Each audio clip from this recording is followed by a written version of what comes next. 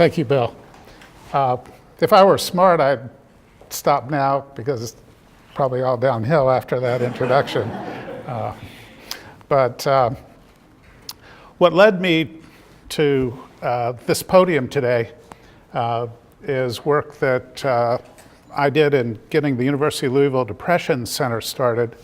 As some of you may know, depression is the most common psychiatric illness. It's about 8 to 9.5% annual prevalence, and the lifetime prevalence of depression is actually about 17 or 18%. And I'll come back to this in a minute, but it's twice as common in people over the age of 70 as under the age of 70. So it's a major issue. It's the leading cause of lost productivity. The World Bank does assays of global economic burden of all illnesses, and depression is one of the top 4 and geared to be either the top or the second biggest global economic burden by 2020. So it's a major problem. The U of L Depression Center is a university-wide center of excellence, but it's based in the Department of Psychiatry. So one of the issues that we deal with are problems with the elderly who have depression and other issues. And I went over to Nucleus in December and gave a little presentation, and they figured everybody else should suffer through it too. So that's why you're here. So it is late in the afternoon, and as we know, when you get tired, your brain's not working so as well as it did earlier in the day for most people. So I thought I would give a brief but very scholarly review of development through the life cycle. I'm a psychoanalyst, and one of the important things about psychoanalysis is that it's a developmental theory.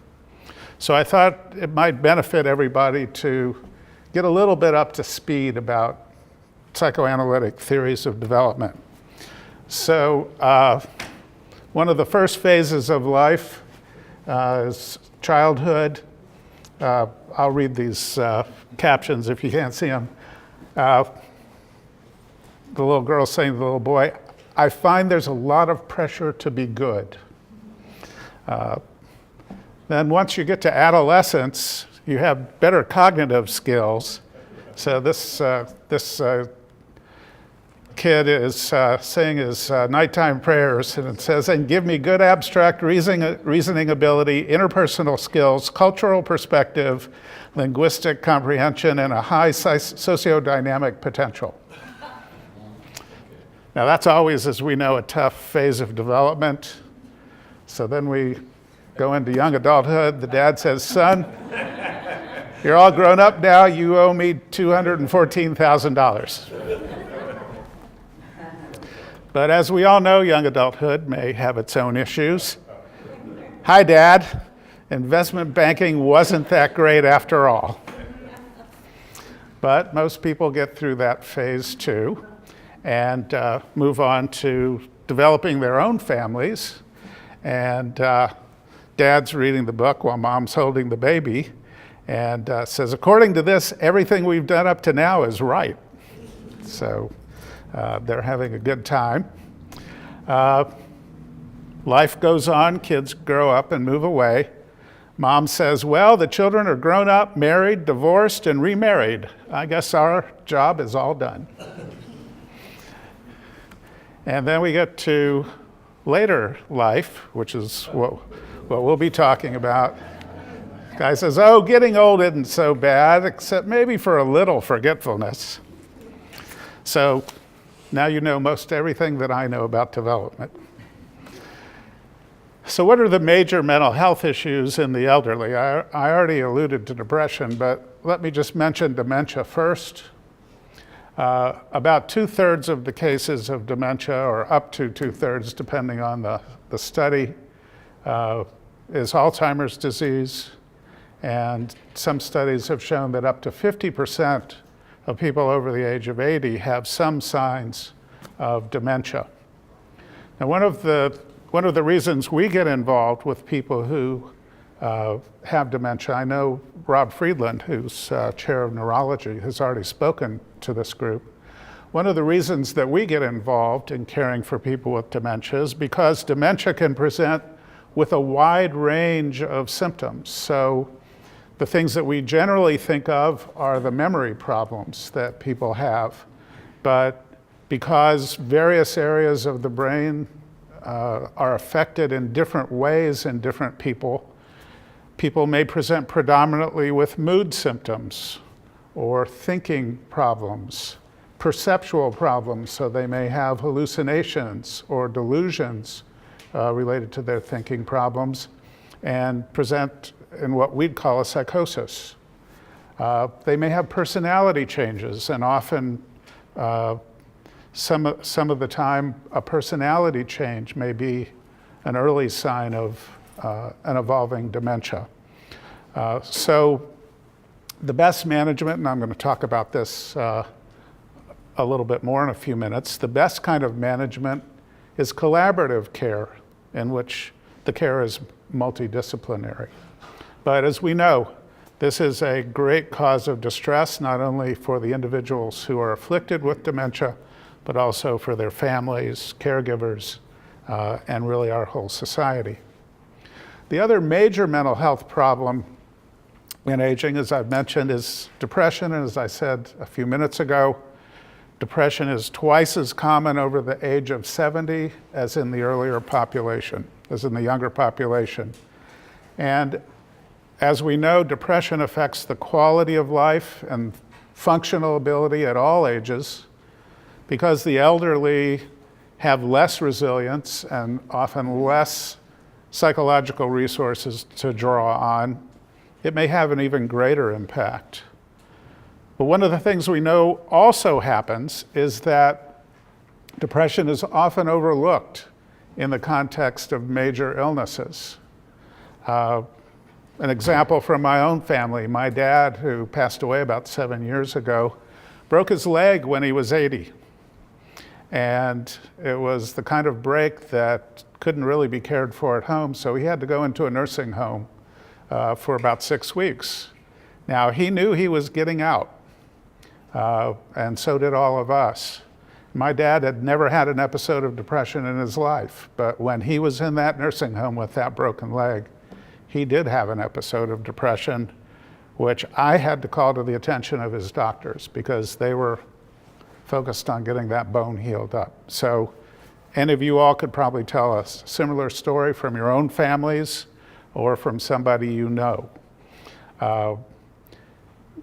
Ignoring these psychiatric issues causes a variety of complications, and I'll say more about that in a minute. But when somebody's depressed, one of those complications can be suicide.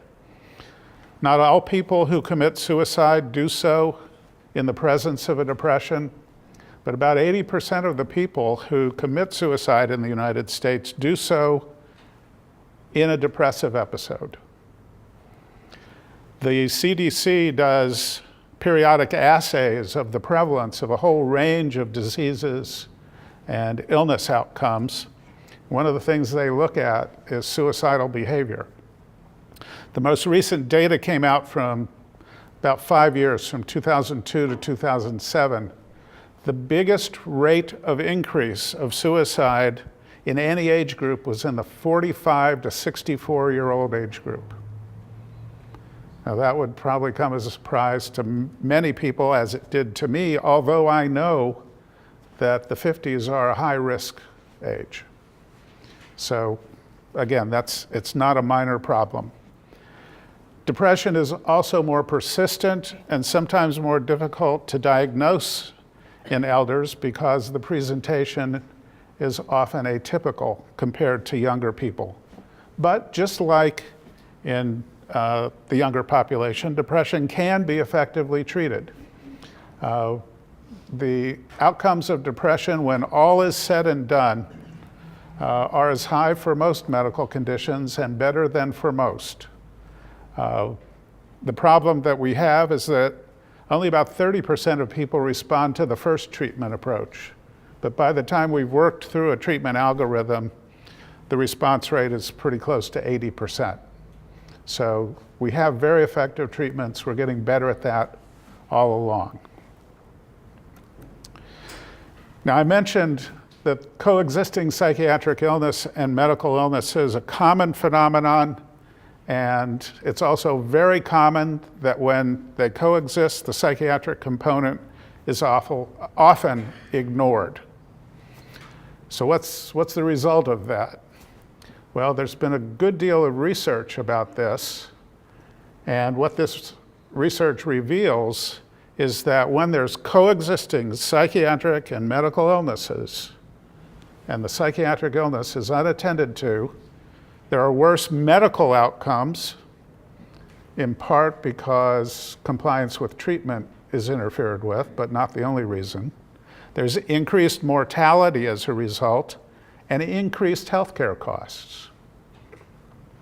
There's also been research that's looked at a model in which there's good attention and collaborative approaches to psychiatric and medical problems, and the results are what you might expect. Medical outcomes are improved, mortality is improved, costs are decreased, and compliance is improved throughout that. So there's a potent, not only human reason to pay attention for psychiatric and medical comorbidities, but there's also a health care reason, there's a healthcare system reason, and there's an economic reason. So from all of those perspectives, the need to attend to these things conjointly and collaboratively is imperative as we think about where our healthcare system is moving. Now, some of us have a variety of frustrations, and this is a man at the card store, and you see on the left there's the congratulations section, and on the right is the get well section, and the middle is the good luck with the American healthcare system condolences section. So some people think that's an issue, and a lot of people just feel like we're not sure what's going on. It's two fish in the desert trying to figure out what's going on. Face it, one of them says, we're lost. And that's often how we feel when we think about designing the next iteration of what the healthcare system is going to look like. So, what do I think? What do many people who think about this think? And probably all of you. I'm probably telling you many things, if not all, that you've already thought about.